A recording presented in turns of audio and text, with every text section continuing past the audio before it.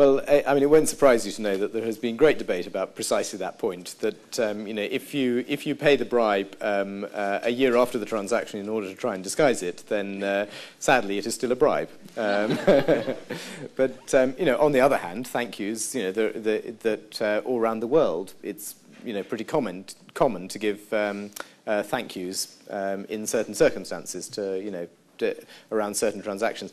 But I would say it's an increasingly grey area, and the kind of area that that regulators and prosecutors and so on are looking at, because it is used as a means of bribe paying.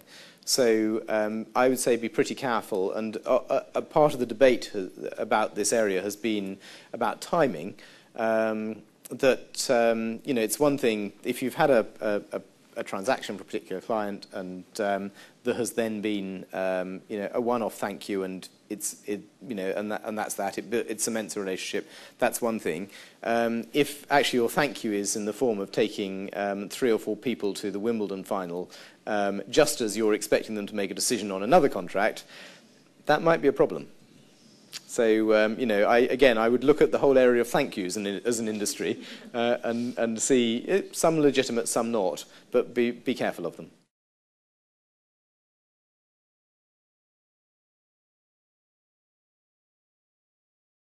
Again, you know, I'd say transparency is probably one of your defences here. That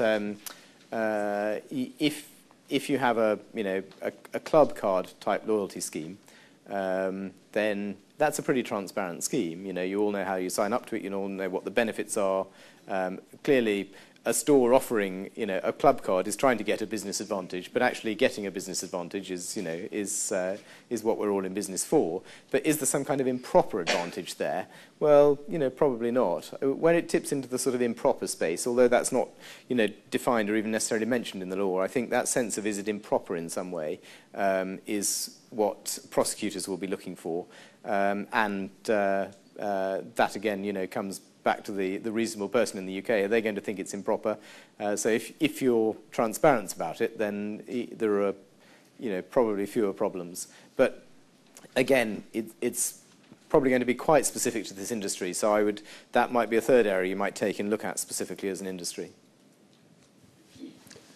David. And indeed, you know, talking to other industry associations like the British Retail Consortium or whoever else, and seeing how they've dealt with similar issues like club card schemes, I would think could be very useful.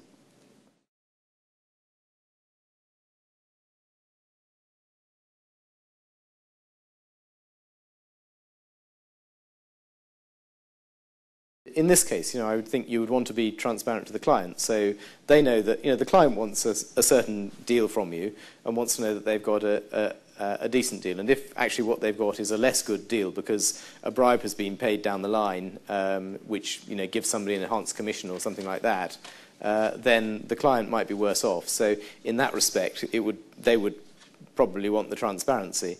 But then you get the scenario if the bribe has been paid because it's actually advantageous to the client. You know, it gets them a better deal on hotel rooms, or, you know, it gets them hotel rooms in Russia that they wouldn't otherwise be able to get. Where does transparency help there? That I'm not sure about.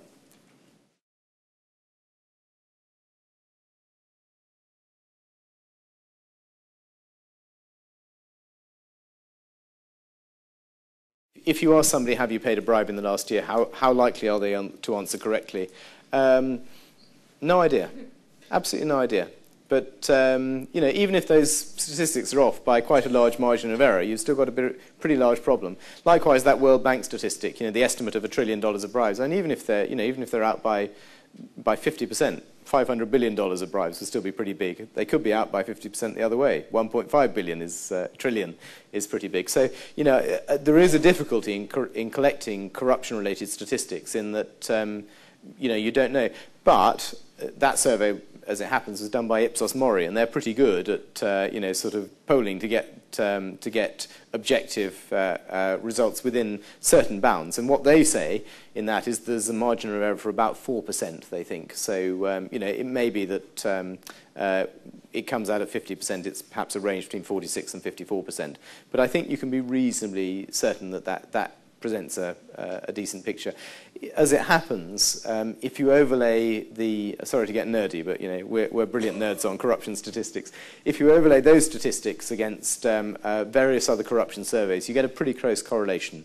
So, for example, the Bribe Payers Index, which is a survey of executives. So I would say they're you know pretty reliable, and certainly the most reliable you'll find within the boundaries of any opinion polls.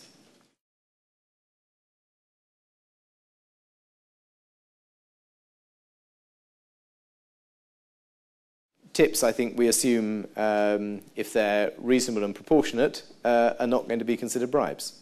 There are circumstances in which you might pay a so-called tip, and you are actually deliberately paying a bribe, but you're calling it a tip because you think that will protect you. So it's exactly the same principle, I think. It needs to be reasonable, proportionate, bona fide, and then it's not a bribe. If you're actually trying to pay a bribe but describing it as a tip, then you do have a problem. So again, you know, I'd say you need to think through what types of tips are paid, what levels are typical and acceptable, and give yourself some kind of reassurance about that. And then, you know, if you're departing from the norm, you need to ask yourself, well, am I departing from the norm for legitimate reasons, or actually have I got trapped into paying a bribe here? And same with bonuses, I'd say.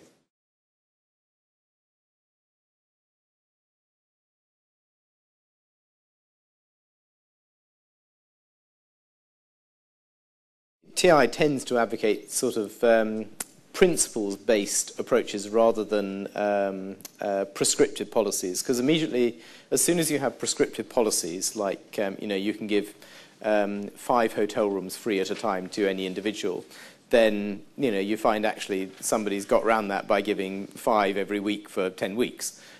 So you know, I think the principle approach is one that TI advocates, which is that you might set a limit, and individual companies often do set limits on the amount of hospitality, and then to go above that, you need some kind of sign-off procedure by somebody senior to you. So you know, I think it can be helpful to set sort of guideline rules like that. For example, it's quite common in companies that they'll say there's a hospitality limit of £200, say, that you can spend or receive. And if you receive more than that or you spend more than that, then it needs to be signed off somewhere higher up. And eventually, you know, as the amounts get larger, they'll go probably in a large company to group legal, who will sign off precisely based on the idea, am I signing off something that is not compliant with the Bribery Act? So that's a long way of saying, you know, I think it can be helpful to have specific numerical guidelines, but they can also be evaded, so you need sets of principles in place as well, so you don't get clever employees who are sort of finding their way around them. Can I say, Robert, thank you very much indeed. I've found that really useful, illuminating. It's for sharpening my focus. Thank you very much.